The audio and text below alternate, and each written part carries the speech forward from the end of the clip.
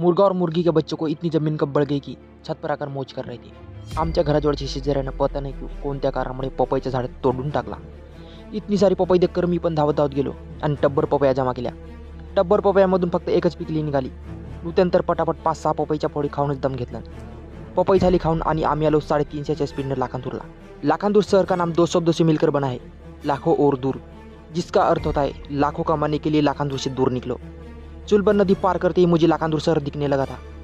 इस शहर की एक अजीबोगरीब बात है कि सुबह होते ही यहाँ सूरज निकल आता है।